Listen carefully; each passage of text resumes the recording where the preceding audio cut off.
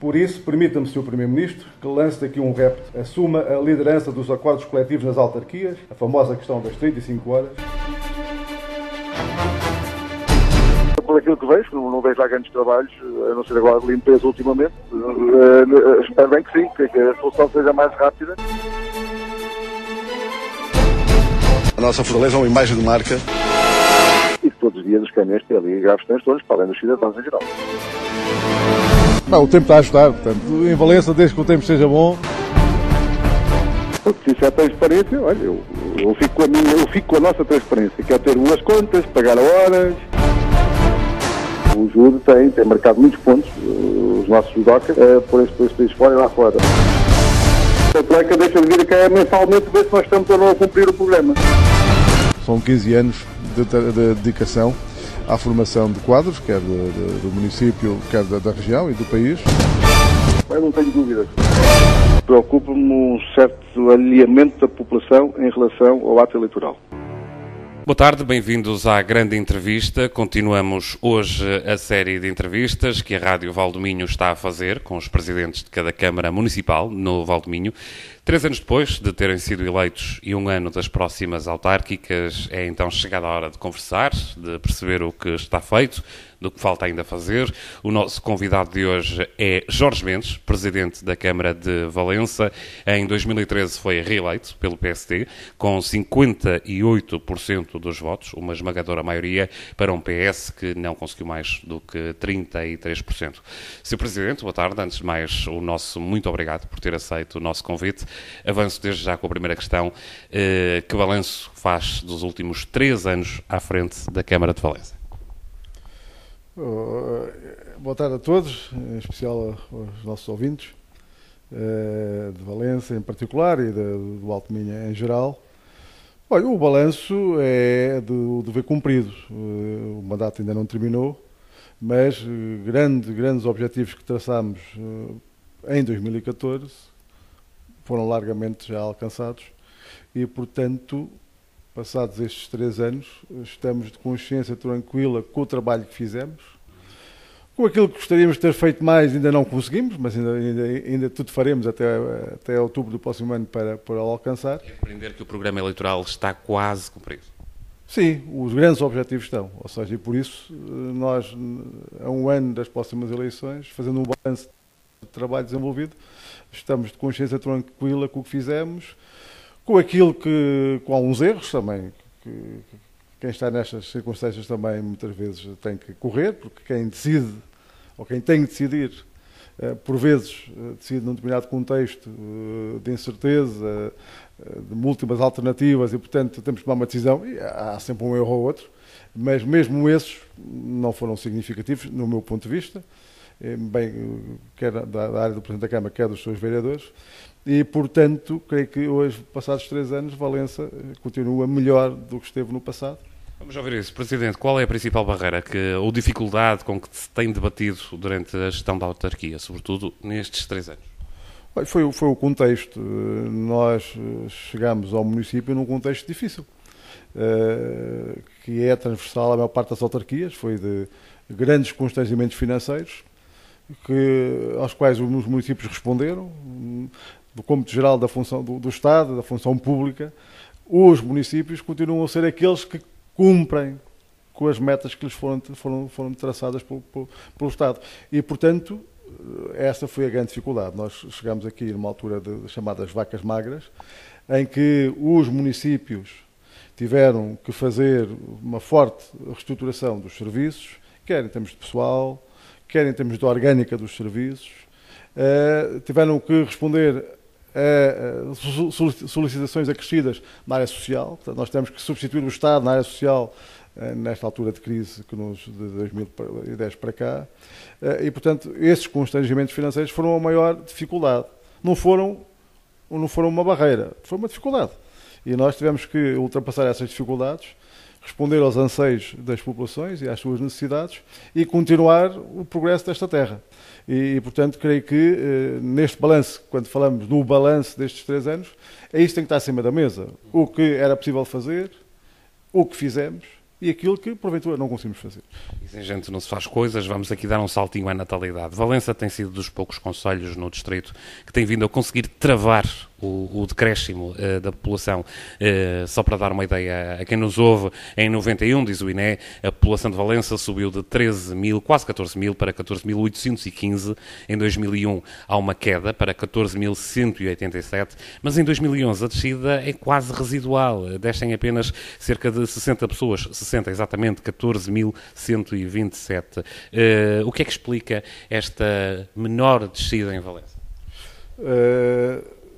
Os dados do INE traduzem exatamente esse número, mas eu que acompanhei na altura os censos, se contabilizássemos, como foram contabilizados noutros municípios, os residentes não permanentes, nomeadamente muitos espanhóis que residem em Valença, e na altura também uma comunidade brasileira forte. Deixa-me adivinhar, até subia. A população subia. Nós não chegaríamos aos 15 mil, mas pelo menos os 14.500 teríamos de certeza na altura. E a estimativa era muito fácil, em função do número de alunos que estavam a frequentar o ensino, sobretudo o pré-primário e o primário, era fácil chegar a esta ordem de grandeza. E, portanto, nós continuamos a dizer que temos 14.500 habitantes. Não é por uma questão, não é um número mágico, uma médiazinha, não é? Mas é aquilo que sentimos. E, sobretudo, que os residentes espanhóis, que são um número cada vez mais significativo em Valença. E os estudantes universitários que muitas vezes têm o seu local de residência ainda na residência dos pais, que frequentam a ES, o número de residentes permanentes em Valença aumentou nos últimos anos significativamente. Presidente, o orçamento municipal, vamos focar-nos aqui no próximo orçamento municipal. Que medidas, ou então algum segredo para manter ou aumentar a população em Valença? Isto porque há outros municípios que a população tem vindo a reduzir e a reduzir. Olha, nós, quando chegámos, traçámos objetivos. Uns estão explícitos, estão nos documentos, quer no nossa proposta, nossos compromissos eleitorais, quer nos orçamentos que apresentamos todos os anos, mas há um objetivo que nós nunca o pudemos mensurar, porque é uma vontade, ou seja, digamos que é um desígnio que nós gostaríamos de alcançar. Era que, por exemplo, em 2020, no princípio da década de 20, em vez de mantermos ou reduzirmos a população, como aconteceu com muitos municípios, nós pudéssemos ver o número de residentes chegar, por exemplo, aos 15 mil habitantes. E, portanto, em toda a nossa ação, há aqui esta meta por detrás, que é tudo fazer para ter mais... Mágico, não é? Não, digamos que é algo que nos impele a andar para a frente. Tudo fazer para ter mais gente em Valença. E, portanto, definimos alguns objetivos que, a curto e médio prazo, vão dar resultado. Já estão a dar, mas vão dar resultados ainda mais significativos. Um deles foi preparar o terreno para captar investimento estrangeiro. E fizemos-lo há alguns anos, num tempo de dificuldades, em que realmente o município foi confrontado com fortes constrangimentos financeiros. Nós adquirimos mais terrenos, urbanizámos os terrenos, e hoje em dia as fábricas estão aí. Já vamos focar na indústria. Traz gente. A indústria traz gente. Mas outro dos fatores que traz gente é um dos fatores que tem sido notícia, são os impostos. Valença volta a descer os impostos. Mas o outro foi o ensino superior. Todo o apoio que os meus antecessores, e nós em especial, temos dado à Escola Superior de Ciências Empresariais de Valença, ao Centro de Inovação e Logística agora, tem um objetivo muito claro, é trazer gente e fixar gente. Portanto, repare, estão a ver duas grandes áreas de ação em que se materializam depois em trazer gente e fixar gente. E depois há um que é transversal a isto, que é uma política fiscal amiga do residente. Exatamente. Tem sido notícia. A Valença ainda vai descer mais impostos para 2017. E, portanto, mesmo quando o governo central era do PSD, CDS, PP, nós aqui, em vez de aumentarmos os impostos, diminuímos os impostos, apesar dos constrangimentos financeiros que vivíamos. E, portanto, passámos o IMI para a taxa mínima, 0,3. Portanto, há municípios que têm 0,5, 0,45, 0,4. E aderem ao IMI familiar, não é? O ano passado ainda aderimos ao IMI familiar, portanto, lá vão mais umas dezenas de milhares de euros que ficam nos bolsos dos nossos residentes.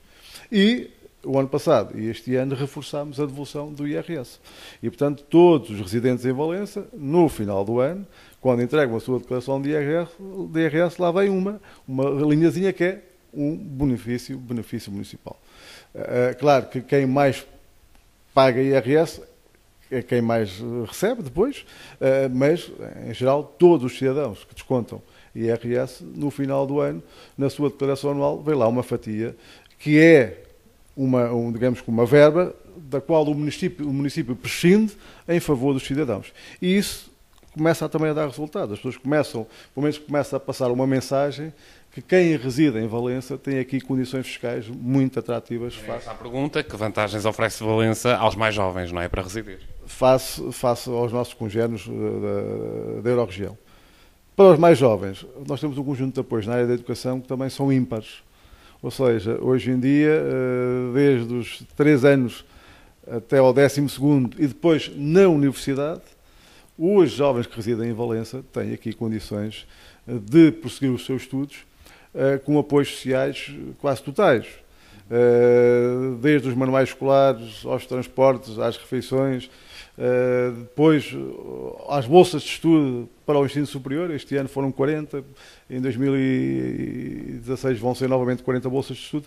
Portanto, tudo isso é um atrativo para que as famílias que tenham mais dificuldades económicas possam, neste caso na área da educação, que os seus filhos prossigam um ciclo normal de estudos e possam atingir as mesmas metas que outros que têm melhores condições financeiras. E, portanto, tudo isso é um incentivo à fixação dos jovens também. Surgem cada vez mais notícias do crescimento industrial em Valença.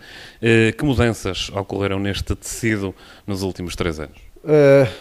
A região, o Alto Minho, tem sido, nos últimos 2 anos, muito procurados pelo investimento estrangeiro, em especial no setor automóvel, fornecimento de componentes para o setor automóvel, em especial decorrentes da expansão da PSA em Vigo e também da metalomecânica.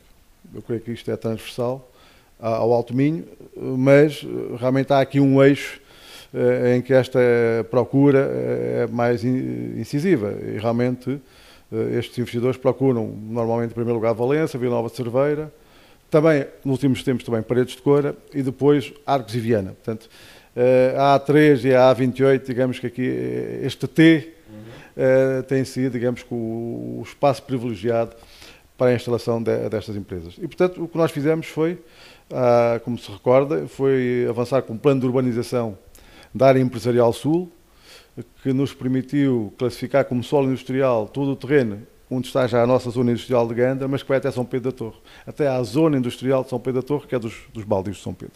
Portanto, pelo que me diz, o tecido empresarial de Valença tem evoluído muito nos últimos 3 anos. Há uma mudança quase que radical. Sim, nós criámos as condições para que as empresas pudessem vir para Valença. E o que é facto é que há 2 anos para esta parte isso tem acontecido.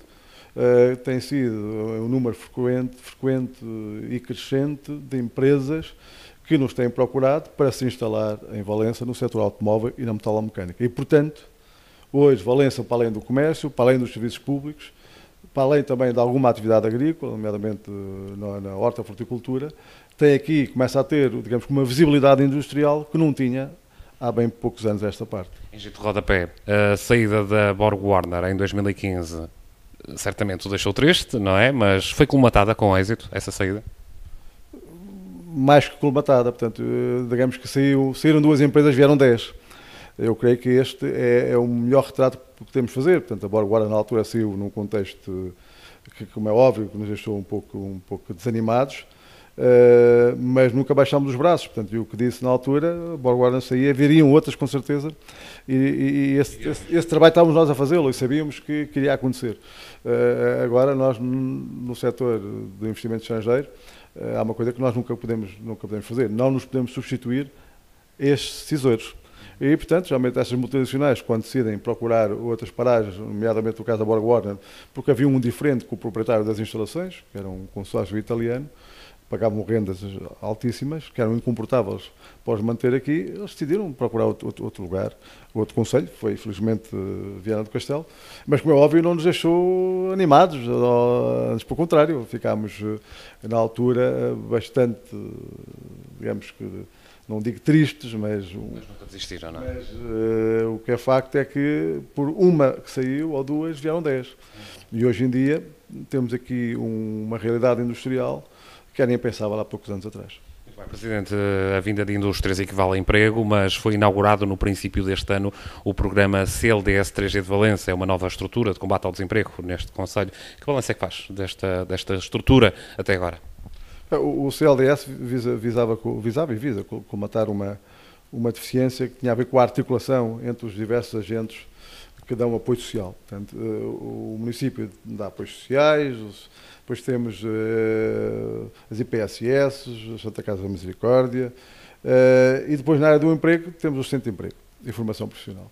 E, portanto, muitas vezes, apesar da rede social de reunirem e até de tomarem decisões em comuns, que depois cada um reparte na sua área de influência, o que é facto é que sentia-se essa necessidade de arranjar um organismo ou uma entidade que fizesse a ponte com todos estes organismos, quer públicos, quer privados e da economia social, para poderem chegar, sobretudo, a quem precisa. É que muitas vezes aqueles que mais precisam continuam a ser excluídos dos apoios sociais.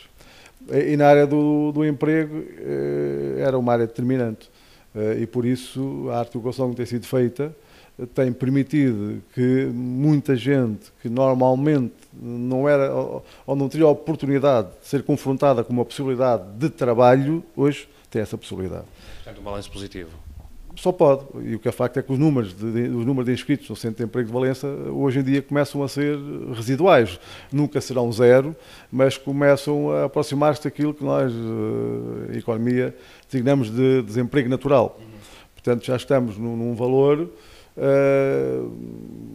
que nunca será o ideal seria sempre zero, mas para o qual muitas vezes no setor industrial ou agrícola já não se encontra resposta para algumas dessas pessoas. É uma pergunta que se impõe. Para os jovens já está, agora para os empresários, que incentivos é que apresenta Valença para a fixação de empresários para em Valença montarem o seu negócio? Olha, o setor empresarial tem em Valença uma série de atrativos que resultam do conjunto de incentivos do Portugal 2020, portanto são idênticos aos dos outros municípios. Tem, em termos de derrama, uma derrama específica, baixa, não é nula, mas sobretudo protege ou apoia as pequenas e médias empresas, mas tem um incentivo muito interessante, que é a venda de terrenos industriais infraestruturados. E, portanto, nós não damos terrenos industrial, mas praticamos preços que são dos mais competitivos da região. E, portanto, esse é um dos grandes atrativos para a fixação de empresas, sobretudo de capital estrangeiro, em Valença. Depois temos a formação, o facto de temos o ensino secundário, temos o ensino superior e o profissional, quer com a ETAP, quer com a EPRAMI, são também fatores que entram em linha de conta a quando da decisão de investimento da nossa... Está a seguir o meu raciocínio. Em 2013 mostrou como prioridade no seu programa a qualificação dos jovens e dos trabalhadores. Isso está a ser conseguido? Está a ser cumprido? Está. O que é facto é que muitas vezes as empresas não conseguem no mercado de trabalho encontrar os jovens qualificados que necessitavam. Como é que se está a processar essa formação, Presidente? Está a processar pelas escolas profissionais.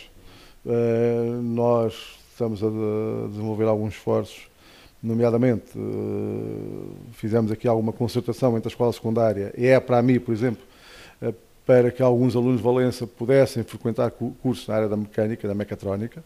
Portanto, em Valença não há essa oferta, portanto, há em Monção e há em Ponte Lima. E realmente esse protocolo está a decorrer, estão no segundo ano. E estamos numa fase muito avançada com um interlocutor, que é o Sinfim, exatamente para a formação de trabalhadores em contexto de trabalho. Presidente, falamos de indústrias, mas indústrias é preciso chegar até elas.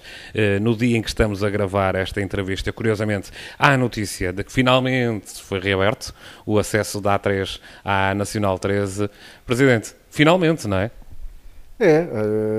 Foi realmente na segunda de manhã a saída, digamos, que ali em São Pedro da Torre, da A3 para a Nacional 13 foi reaberta e vai ao encontro das nossas preocupações, ou seja, realmente aquela saída esteve demasiado tempo encerrada e muitas vezes sem qualquer tipo de explicação. E causou transtornos nas zonas industriais. Sim, quer em São Pedro da Torre, quer em Vila Nova de Cerveira, ali em Campos, como é óbvio, quem vinha de Espanha e queria sair para a A3, realmente tinha ali um constrangimento que não era explicável, porque ainda por cima não havia nenhuma informação, não havia nenhum indício da obra ir começar, e aos 3 meses iniciais, de repente fomos confrontados com uma comunicação que iríamos ter ainda mais 3 meses. Ok, agora o assunto está resolvido, estamos todos muito contentes, mas o Presidente continua a manter o ponto de vista. 3 meses para resolver aquilo, ainda é um bocadinho tempo, não é? 3 meses chegavam e eram demasiado. Foram 4, portanto foi muito mais do que o aceitável, mas está resolvido agora. E agora, geralmente, depois das coisas estarem resolvidas, ficamos todos satisfeitos. Mas o que é que é facto é que tivemos aqui grandes constrangimentos, grandes transtornos, numa altura crítica para a região. O Alfa Pendular que foi anunciado com esta modernização da linha do Minho entre Viana e Valença. Sr. Presidente, é uma vitória para si? É uma vitória para todos aqueles que lutaram pela modernização da linha do Minho. Repare, e muitas vezes, quando chegamos a estas situações, dizem, tiveram um sucesso, vocês conseguiram, mas este sucesso não cai do céu, portanto foi preciso trabalhar, foi preciso criar pontos, foi preciso ter solidariedade políticas também, quer com o antigo governo, quer com este, e quando todos nos unimos em torno de uma causa que era da Euro-região Galiza, Norte de Portugal, as coisas podem acontecer. E felizmente agora tiveram o desenlace que todos conhecemos. E realmente foram iniciadas as obras de modernização da linha e em 2019 esperamos que estejam concluídas e que as novas unidades em circulação elétricas possam aqui aportar não só uma comunidade em termos de transporte de passageiros, mas também em termos de transporte de mercadorias. Portanto, nesta altura, devemos ressalvar exatamente o empenho de todos. Nós, e quando falamos nós, eu e o alcalde de Tui, na altura Moisés, até tirámos ali uma foto no meio da linha. A famosa foto que a Rádio Val do Minho tem, não é? Assim com as mãos, não é? Ali na linha, que depois foi a primeira página no Faro de Vigo, e realmente o dia a seguir toda a gente ficou alertada para a iminência do encerramento do comboio Porto Vigo, Vigo-Porto, que era um contrassenso, alegavam que era deficitária a exploração, o que hoje provamos que é o contrário. Quando temos um comboio com horário em condições e com um mínimo de comodidade, as pessoas usam o comboio. O encerramento passa para o Alfa Pendular. Sr. Presidente, quando sai à rua para tomar pequeno almoço, logo de manhã, quais são as reações das pessoas? Quem diria o Alfa Pendular em Valença, não é? Repare, as pessoas ainda acham que isto é uma brincadeira, não é? É o que eu queria dizer. Ainda acham, isto agora é o Alfa Pendular em Valença. Mas, estando a linha eletrificada, teremos as condições técnicas para que qualquer tipo de comboio elétrico possa vir a Valença. E, por que não, o Alfa Pendular, claro que se isso acontecer, como nós esperamos, não virá só a Valença, irá a Vigo também. Portanto, aliás, o alcalde de Vigo inicialmente não foi muito adepto do Celta, aliás, não participou nas primeiras jornadas de luta, porque ele continuava a batalhar pelo famoso TGV Vigo-Porto. E, portanto, achava que, de repente, passarmos o enfoque para o Celta, que era esquecer... Não estar em erro, mas o TGV tem uma linha diferente, não é? A medida da linha dos carris é diferente, não é? É um projeto completamente diferente. E, portanto, não há condições financeiras, nem de Portugal, nem de Espanha, nem de fundos comunitários para os próximos anos. Portanto, não vale a pena estarmos aqui a lutar por um projeto para o qual sabemos que nos próximos 10 anos não há condições de operação. Portanto, vale mais agarrarmos aquilo que era possível. E era possível termos um comboio direto Vigo-Porto, com um tempo de viagem aceitável, a um custo bom para o passageiro, mas também com alguma comodidade. O que é facto. A Rádio Val do Minho aqui há uns dias, portanto, o Alfa Pendular a existir fará Vigo, Valença, Porto, não é? Será uma hipótese. Será uma hipótese, como é óbvio. Todos nós estamos empenhados e temos aqui um comboio rápido que faça a viagem Vigo-Porto em menos de 2 horas. Portanto, esse é um empenho que nós temos demonstrado e temos recebido das tutelas também idêntico empenho. Portanto, agora, nós chegamos aqui depois de um longo caminho. E há pouco eu disse que são precisas solidariedades políticas. Na vida autárquica, como noutras áreas da política, as solidariedades são sempre, digamos, como uma pedra de toque para o sucesso. E nós tivemos aqui uma cimeira entre o nosso Secretário de Estado dos Transportes e do Governo de Espanha, que se realizou aqui em Valença, na Pousada, e na altura foi definido, à porta fechada, ou foram definidos à porta fechada alguns objetivos, das quais eu participei e outros colegas meus também. E um deles foi exatamente a questão do comboio e da modernização da linha. E o que aqui foi decidido em off foi tornado público depois na Cimeira Ibérica de Chaves. E na altura as coisas aqui ficaram pré-definidas para aquilo que hoje está a acontecer. E também, quando falo aqui da solidariedade política entre todos os autarcas, entre os governos, também temos que ressalvar aqui e valorizar o facto do governo atual dar continuidade a um projeto que vem do governo anterior. Um saltinho aqui até à Fortaleza. A Fortaleza tem em marcha a candidatura a Património Mundial. Como é que está esse processo? Estamos numa fase muito interessante. Isto é um processo sempre longo. Ninguém consegue o título de Património da Humanidade de um dia para o outro.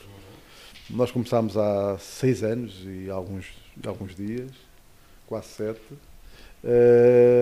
com avanços e recuos, para a esquerda, para a direita, mas sempre com um objetivo, é chegarmos a esse título.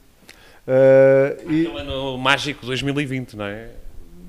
Sim, mas sobretudo o objetivo é chegar lá. E, portanto, uma das etapas, que era em termos nacionais a mais importante, é chegarmos à lista indicativa nacional.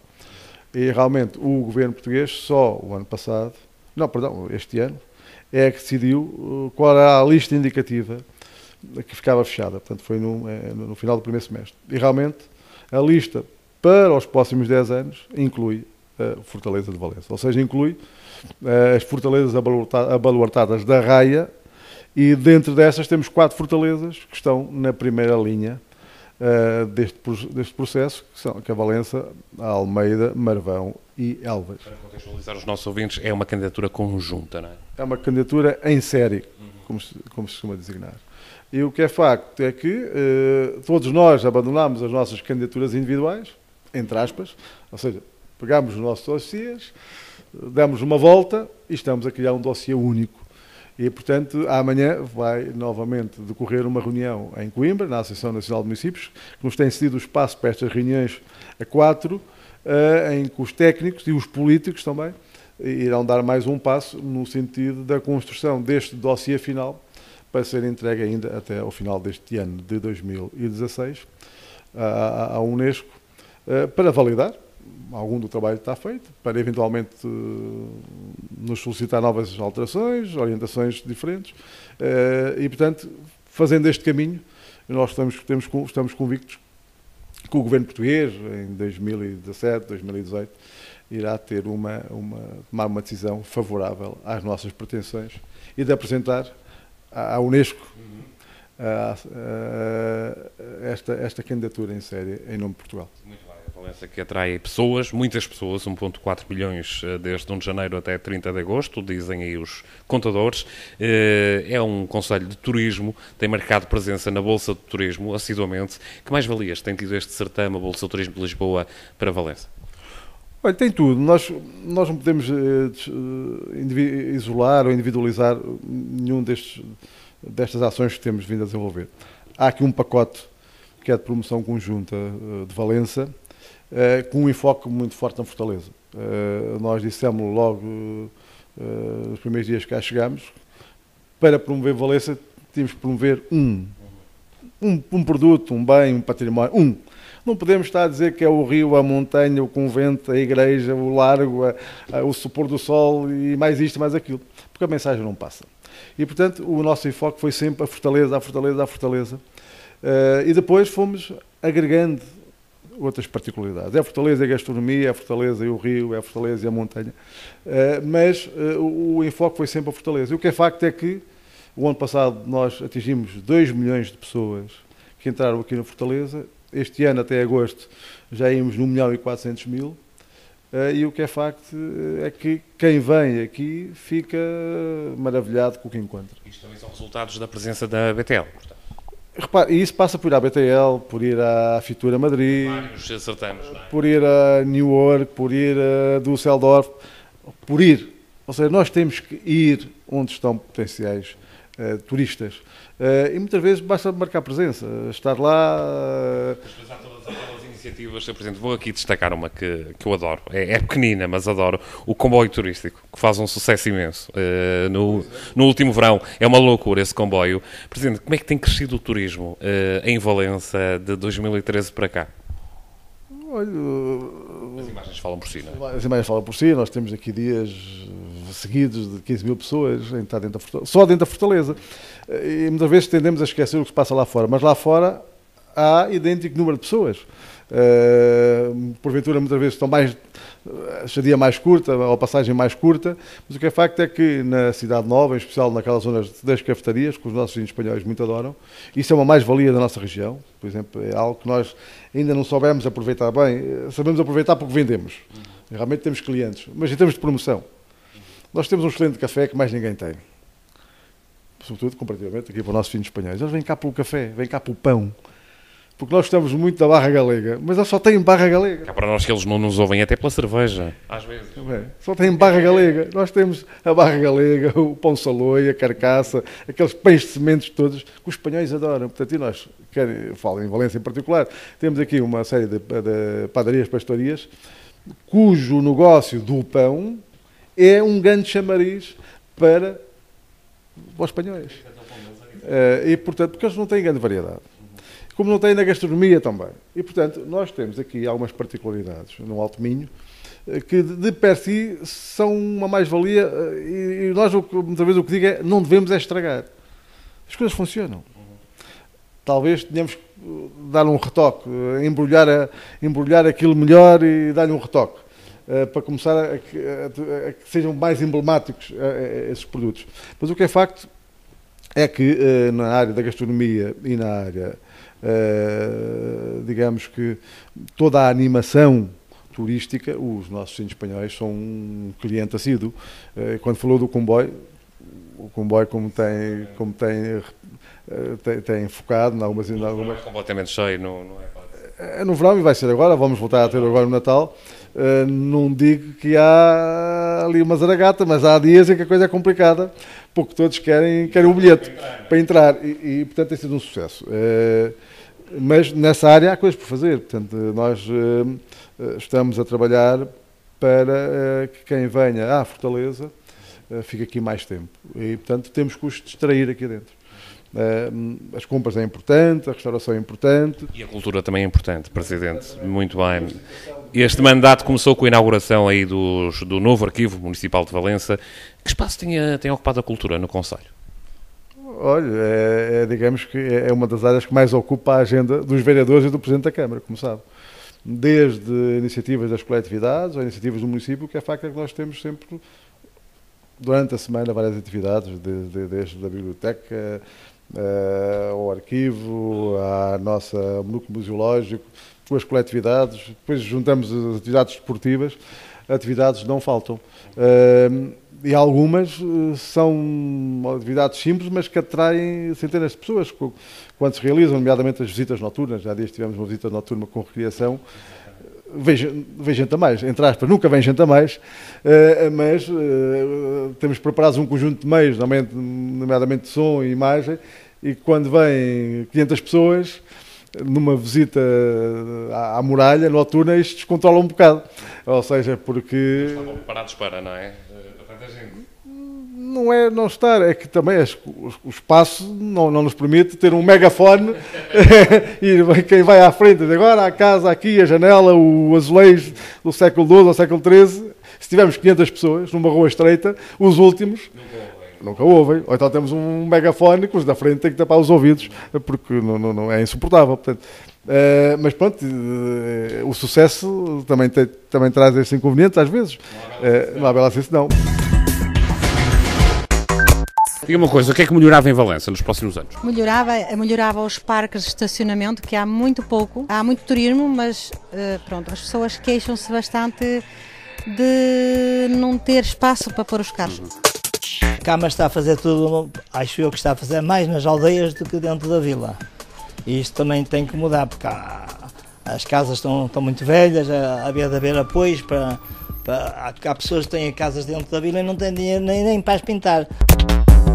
Expandir a promoção do comércio adicional aqui em Valença para o estrangeiro, porque 80% do nosso cliente é estrangeiro e isso faria toda a diferença. Outra das coisas que devemos manter, e aí não digo mudar, mas manter, a qualidade do algodão, o preço, qualidade é muito bom, há muita competitividade e isso faz com que haja bons preços. Manter também a personalização do produto, a exclusividade do artigo, isso faz com que se mantenha a nossa identidade. Começar por ter mais apoio da Câmara Municipal, a apoiar mais os comerciantes, porque temos muito pouco apoio da Câmara Municipal e assim como temos turismo e eles não nos apoiam nada, isto assim não conseguimos fazer frente a esta crise, né? Que balanço é que faz do atual Executivo liderado por Jorge Mendes nestes últimos 3 anos?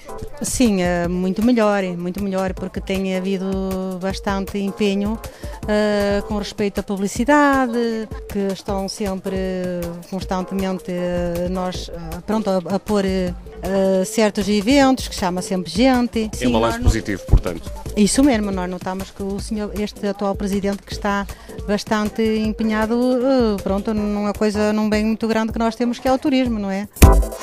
É boa pessoa além disso e pronto, é uma pessoa simples, não tem vaidade e faz muita coisa. Ele tem feito muita coisa, mas é nas aldeias. Aqui a ver se virar mais um bocadinho para a vila. Penso que tem feito um bom trabalho, tem promovido bastante a cidade, tem feito vários eventos, juntamente com Espanha, na Eurocidade, em projetos de Eurocidade. Presidente, entre parques de estacionamento para mais turistas, entre mais obras no interior da cidade do que nas aldeias, algumas críticas, mas uma opinião positiva acerca da sua pessoa. Vamos por partes, parques de estacionamento. Bem, repare, na maior parte das pessoas que fizeram afirmações, todas elas foram quase unânimes em dizer que realmente Valença teve e tem tido um afluxo turístico excepcional. E, portanto, para situações excepcionais, neste caso, temos que ter também algumas respostas excepcionais. E o que é facto é que nós, nos últimos anos, alargámos consideravelmente a área de estacionamento em torno da Fortaleza. Tem aqui uma notazinha no comércio tradicional, pede-se mais apoios, pede-se promoção ao nível estrangeiro. Que resposta? Nós fazemos a promoção da Fortaleza enquanto monumento singular, único, uma fortaleza abaluartada, que queremos que seja património mundial, mas dizemos que é uma fortaleza viva. Que não é só um conjunto de pedras bem montadas, que até do ponto de vista geométrico é excepcional. Não. É uma fortaleza, tem cá casas bonitas, com gente a viver, ainda alguma, mas tem aumentado ainda nos últimos anos, mas também tem comércio, restauração. E que, normalmente, os jornais da Galiza, o Faro de Vigo e a Voz da Galiza e o El País, várias vezes têm feito o enfoque no centro comercial ao céu aberto. A Fortaleza de Valença é um centro comercial ao céu aberto. Só para aquele senhor que diz que a Câmara investe mais nas aldeias que no centro. Pois é, que aqui há sempre estes dualismos. Na cidade, dentro da Fortaleza, fora da Fortaleza. Portanto, o senhor dizia que nós estávamos a investir lá fora e não estávamos a investir cá dentro. Depois há o dualismo entre a cidade e as aldeias. Nós não podemos esquecer que temos 16 freguesias. E se queremos ter um território com gente, para ter lá as pessoas têm que ter condições. Senão vai-nos acontecer o que acontece de outros municípios aqui vizinhos. Ou seja, em que em vez de termos 14 mil habitantes, passamos para 9 mil, porque as pessoas das aldeias, se não tiverem condições, vão-se embora todas. Portanto, algumas vêm para a sede do concelho, outras vão-se embora. E, portanto, nós, e realmente, quando nós estamos nestes lugares, temos que tomar decisões, sempre com este sentido de equilíbrio, entre os vários intervenientes, neste caso, entre as aldeias e a cidade, embora as aldeias estejam muito próximas da cidade, porque estamos aqui do norte a sul, são 10 km para cada lado, mas temos que ter esse sentido de equilíbrio para que todos possamos ser uma comunidade forte.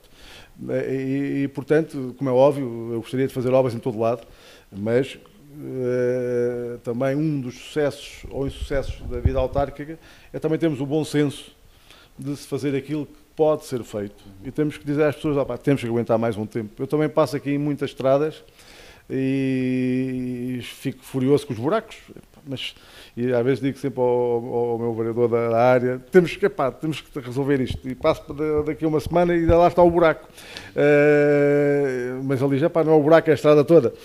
Temos que, no próximo mês ou daqui a 2 meses, temos que avançar com uma empreitada, mas sempre com esse sentido de equilíbrio, porque quando se gasta o dinheiro mal gasto, depois não chega para nada.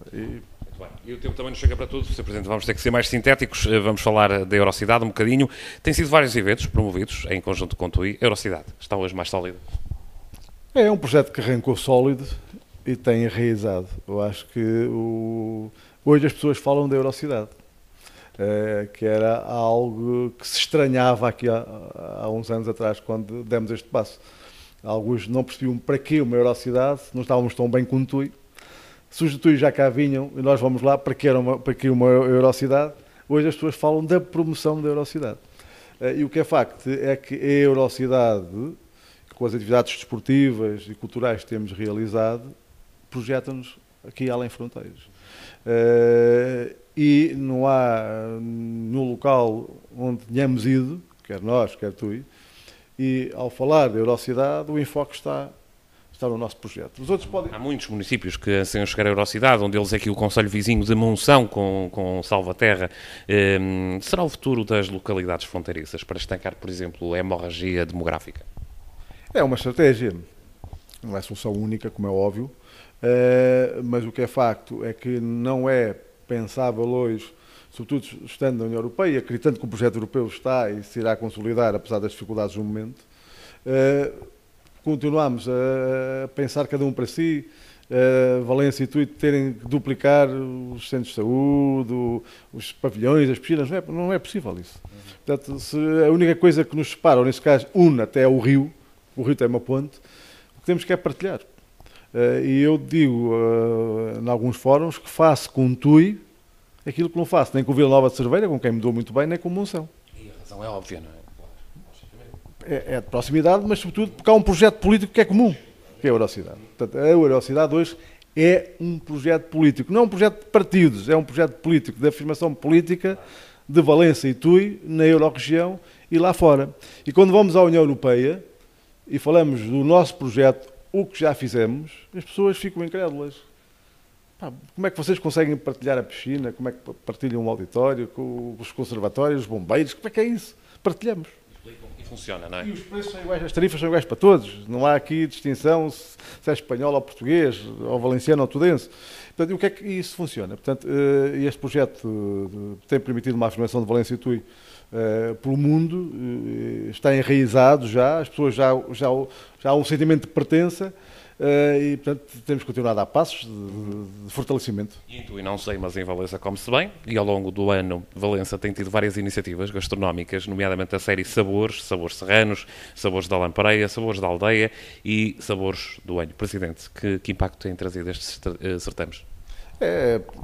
O grande impacto é de dar visibilidade, por um lado, e por outro, no caso da Lampreia, nós começámos a construir um evento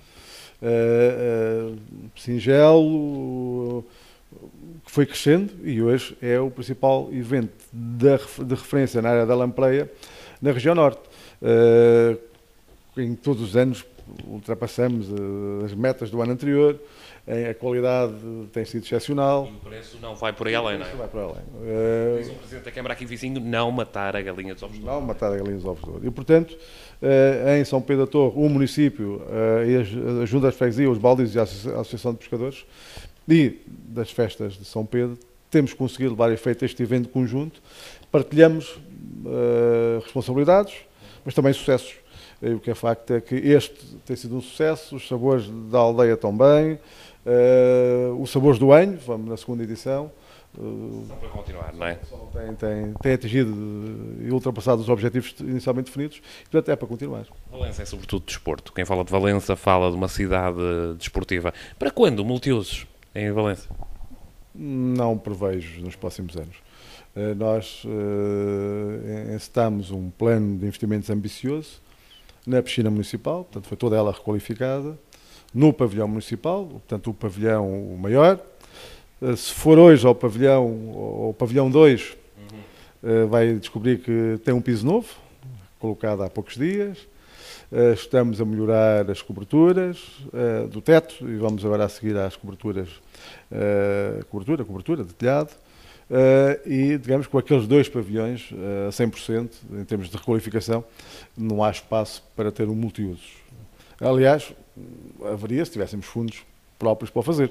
Portanto, no Portugal 2020 não há nenhuma rúbrica onde se possa encaixar, digamos, com um equipamento deste tipo. O que temos que fazer é aproveitar bem os equipamentos que temos, pô-los ao serviço das populações, das coletividades. E fomentar as modalidades, não é? Modalidades que são imensas, estamos a falar desde o hóquei, desde o xadrez, desde o judo, mas o hóquei sem dúvida destacou-se. Destacou-se porque o hóquei subiu à primeira divisão nacional, foi uma das grandes alegrias que marcou este seu mandato, já é, de certeza absoluta. É o exemplo de como se pode pegar num projeto que estava numa fase difícil, realmente o hóquei só tinha camadas jovens, e antigos jogadores, antigos atletas do clube, um dia lançámos esse desafio, que estavam disponíveis, mas para isso era preciso ter um pavilhão em condições, e passava pelo piso. E nós, na altura, estávamos a requalificar o pavilhão, e na empreitada estava um determinado tipo de piso. E um dia o Sr. Vereador veio ter comigo e disse que tínhamos um problema, que o hóquei queria retomar, digamos, o plantel sénior, mas que não podia treinar para o pavilhão 2, que era um piso de cortiça. Ou íamos lá pôr um piso mais fraco, com os patins rasgavam aquilo tudo em pouco tempo. Tínhamos que remodelar o piso que estava quase para implantação no pavilhão 1. Isso, claro, teve um custo acrescido na empreitada, mas o que é facto é que analisámos o projeto deles, se era um projeto sério, se não era só fogo de vista, se não era só assim um ímpeto, vamos fazer uma coisa e para onde isso vai acabar. E depois falámos com eles, estudámos o projeto, avançámos com a remodelação do piso, das tabelas. Aliás, o pavilhão nem era para estar preparado para o hóquei. Era só se houvesse assim um campeonato, uma final da taça, alugaríamos digamos que as grades de proteção e faríamos aí o torneio. Mas para o dia-a-dia nós queríamos colocar o hóquei só no pavilhão pequeno, que era para as camadas jovens, chegava perfeitamente. E, portanto, tivemos que inverter ali um pouco a orientação que tínhamos, e o que é facto é que os resultados foram atingidos, o Valença Hóquei Clube está na primeira divisão, um orçamento sensato, continua a ser um orçamento sensato, os resultados começam a aparecer. Valença vai continuar a investir no desporto, nestas modalidades todas, xadrez, atletismo, etc, etc. O grande trabalho é das coletividades.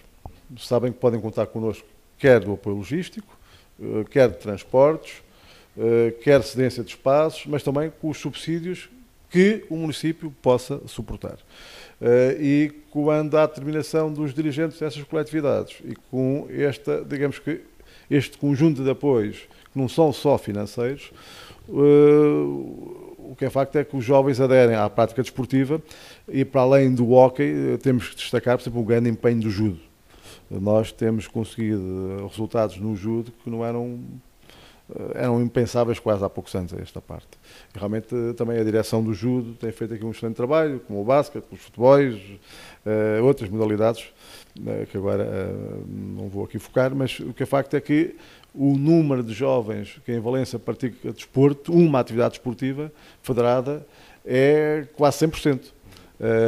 E por isso nós estamos a dar um apoio aos clubes que normalmente não dávamos, que era na medicina desportiva. Ou seja, detectámos que havia aqui uma lacuna, os jovens iam um médico de família, faziam lá os testes, que não era suficiente, tínhamos que ir um pouco mais longe, e têm a oportunidade de fazer as provas de medicina desportiva e são suportadas a 50% pelo município. gabinetes à escolha, que estão uma listagem que está aí identificada. Presidente, uma última espreitadela ao seu programa eleitoral de 2013, prometeu uma forte aposta no setor educativo. Isso está a ser cumprido? Olha, todos os anos investimos 20% do orçamento da educação. Foram as jardim de infância, foram as escolas primárias, depois a seguir veio o Silvo para a escola superior e agora estamos a preparar a empreitada da escola secundária, que são mais 2 milhões. E há bocado, quando o senhor falava das obras na Fortaleza, que falta mais uma fase aqui na Fortaleza, pois é que cada fase na Fortaleza, essa vai ser a última, são 2 milhões. Como na cidade nova, qualquer coisa que se faça, são sempre 1 milhão por cada rua. Portanto, e como 2 milhões aqui, mais 2 acolá, mais 1 aqui, isto não há orçamento nem em 4 anos que permita comportar isso tudo, sobretudo se não houver fundos comunitários. E infelizmente o Portugal 2020, para a regeneração urbana, tirando as cidades grandes, as verbas são muito parcas para esses objetivos. E portanto, a educação, desde dos infantários, com as refeições, com os transportes, reparo, todos os alunos dos infantários EB1 têm o transporte gratuito a partir do 1,5 km de casa. Portanto, a gente vai levar e trazer as AECs, o prolongamento de horário, o desporto, desde os jardins de infância até vão ter desporto, isto já tiveram ano passado, vão continuar a ter este ano. As bolsas de estudo, os manuais escolares, portanto, há um conjunto significativo de apoios do município que tem permitido às famílias valencianas realmente ter os seus filhos no sistema de ensino com um dispêndio financeiro muito inferior àquele que seria se não tivesse o apoio. E a Escola Superior de Ciências Empresariais, que já falou, tem sido, suponho, uma mais-valia, não é? Repara, agora os valencianos estão a descobrir aquele espaço. E permita-me aqui uma pequena picardia. Na última campanha, os nossos opositores diziam que nós tínhamos começado a Escola Superior pelo jardim. E começámos para fazer, digamos, com todo aquele novo arruamento e todo aquele conjunto desportivo. Quando falam em opositores, falam no Partido Socialista, não é? Tínhamos começado a fazer a casa pelo jardim. Eu agora vou-lhe dizer porquê. Porque se nós temos feito só o edifício da Escola Superior, nós tínhamos o edifício, mas não tínhamos o jardim. E na altura, digamos que aqui a esperteza, nem é a inteligência, a esperteza foi, vendo aquela possibilidade de candidatarmos 7 milhões de euros, vamos começar por onde a gente possa agarrar o projeto e a partir daí ninguém nos vai tirar a menina dos olhos de ouro, que é a Escola Superior. Portanto, fizemos o grande arruamento, aquela grande avenida e todo o campus universitário. E depois disso estar feito, ou disso estar no terreno, já não havia volta a dar. Porque isto na altura, mesmo quando tínhamos a candidatura aprovada, ainda teve muitos avanços e recuos. Não foi assim uma coisa tão linear como às vezes parece querer. E o que é facto é que nós começámos pelo jardim e hoje a escola é uma realidade. O número pela escola, o jardim podia não aparecer. É isso. Tínhamos uma escola isolada ali numa aldeia chamada Urgeira, sem qualquer acessibilidade. E sem certeza, não é? Como está a dizer. Foi, como diz o espanhol, serguicho. Carolice. Foi perceber como é que estavam a movimentar os vários parceiros das candidaturas ao ONU 2 e como é que nós podíamos agarrar ali o pacote.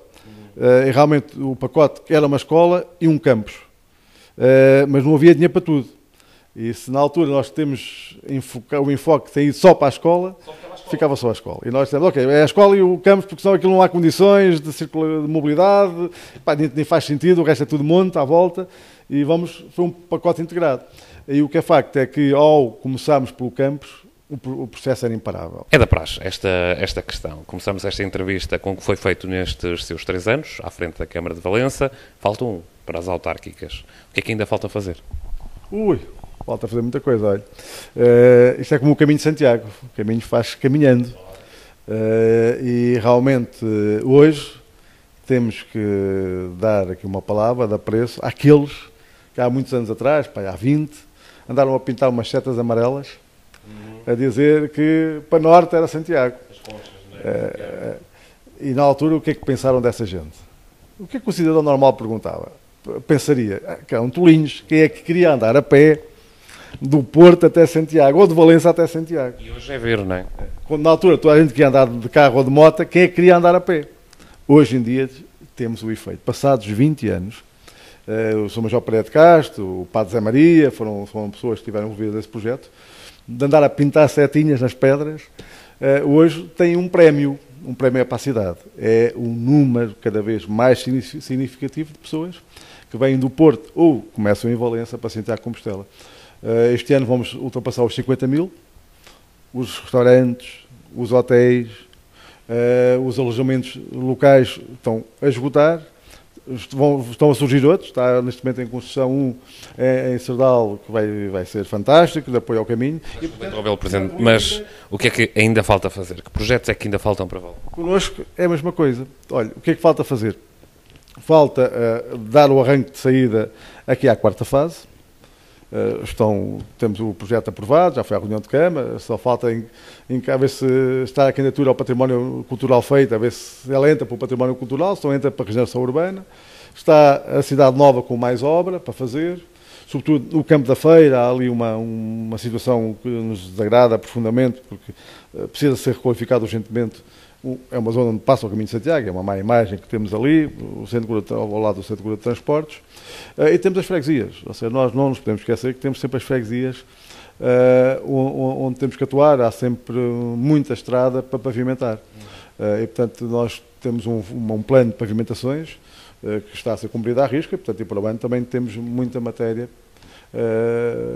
para trabalhar nessas áreas, mas o nosso enfoque vai continuar a ser, nesta fase de mandato, para além destes aspectos mais materiais, na captação de investidores e de visitantes.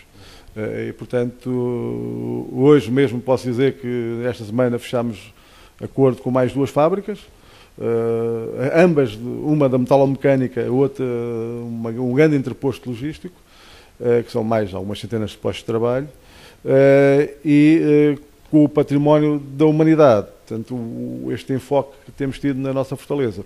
Estamos convictos e vamos atrair cada vez mais gente para a Fortaleza e para a Valença. Presidente, é daquelas perguntas da praxe. Para 3 milhões de euros, vai recandidatar-se à Câmara da Valença?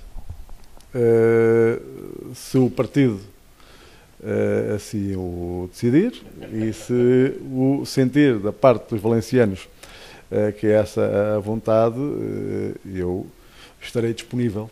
Estamos aqui Eu estarei disponível. não é? Portanto, há aqui quase um sim, não é? Fica assim no ar, quase certeza, uma resposta muito previsível, mas ainda sem ser a certeza formal. E um ano da batalha autárquica, sendo ou não um dos candidatos, que mensagem transmite aos valencianos? Que a mensagem é que quando trabalhamos com determinação, com uma linha de rumo, que seja clara, e não andamos aos zigue-zagues, a realidade tende a concretizar-se. Aquela realidade com que sonhamos tende a concretizar-se. Eu creio que aquilo que temos feito ao longo dos últimos anos por Valença está hoje a dar os seus frutos nos vários domínios, desde a indústria, ao turismo, à educação, mesmo na ação social. Eu creio que hoje temos uma Valença mais atrativa para viver e visitar, mas também mais solidária com todas as gerações. Sr. Presidente, muito obrigado. É com esta mensagem que fechamos esta grande entrevista ao Presidente da Câmara de Valença. Para a semana eu regresso, noutro concelho, com outro Presidente, com nova grande entrevista, e eu, Miguel Rocha, conto consigo. Por isso, permita-me, Sr. Primeiro-Ministro, que lance daqui um repto. Assuma a liderança dos acordos coletivos nas autarquias, a famosa questão das 35 horas. Por aquilo que vejo, não vejo lá grandes trabalhos, a não ser agora de limpeza ultimamente. Espero bem que sim, que a solução seja mais rápida.